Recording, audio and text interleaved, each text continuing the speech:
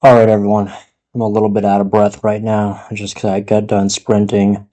However, I'm going to be talking about my peptide protocol that I had. And so the peptide protocol included growth hormone, IGF-1, and hexarelin. This was before my crash in 2022 from the risperidone.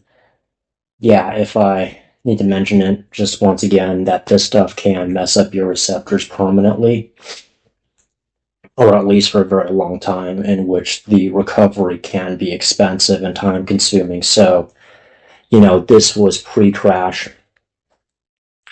So pre-crash, I was running three substances for growth hormone: IGF-1, DES, growth hormone, and then hexarelin. I did those three, usually, separate. And I'll start off with the exercises that I did. So usually what I would do is I would take a growth hormone and trenbolone suspension. So the raw, just, trenbolone no ester or testosterone no ester. And I would run that right before my workout, about 20 minutes, 10 minutes before my workout. And for my workout, I would do sprints. I would do a lot of leg workouts, so I do the hip thrusts and deadlifts, along with going bare knuckle on the punching bag. This really does allow for maximum microfractures and subsequent bone growth, along with muscle anabolism. So this is going to be hyperplasia, where you're developing new muscle fibers and increasing the protein synthesis and mitochondria. And this is really good for maximizing bone growth. My protocol is all about maximizing sexual dimorphism. Of course, height is really important. So when you're younger, like when I was much younger, when I was 21, first starting it out, I was obviously doing everything that I could to minimize my estrogen.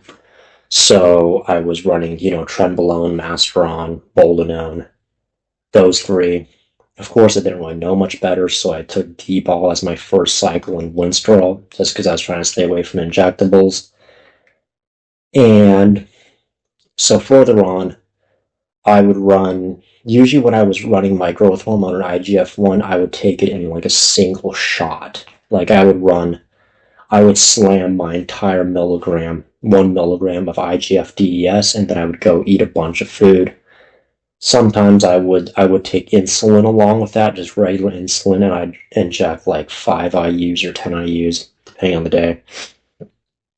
And I'd go to, this restaurant, I just start scarfing down food right afterwards. So you're really maximizing your growth through gains, your hyperplasia. And even while I was taking boldenone and test suspension for maximizing actual muscle growth. So some of the photos that I showed you earlier, they were from when I had my peak physique, as far as, at the time being.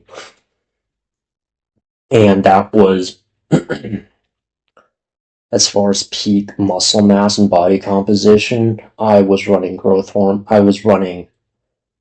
I would run the IGF-1 DES. I still did 1 milligram, just a 1 milligram shot, at random intervals throughout my cycle. Usually this would be mid-cycle.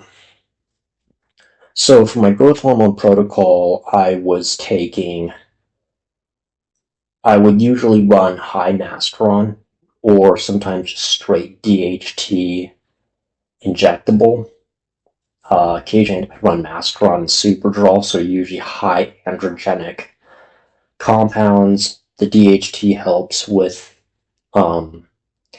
really with improving increasing sexual dimorphism, and it did also help me gain dick size. So that was really good. And while I was running it, I did experience some pretty high gains in that.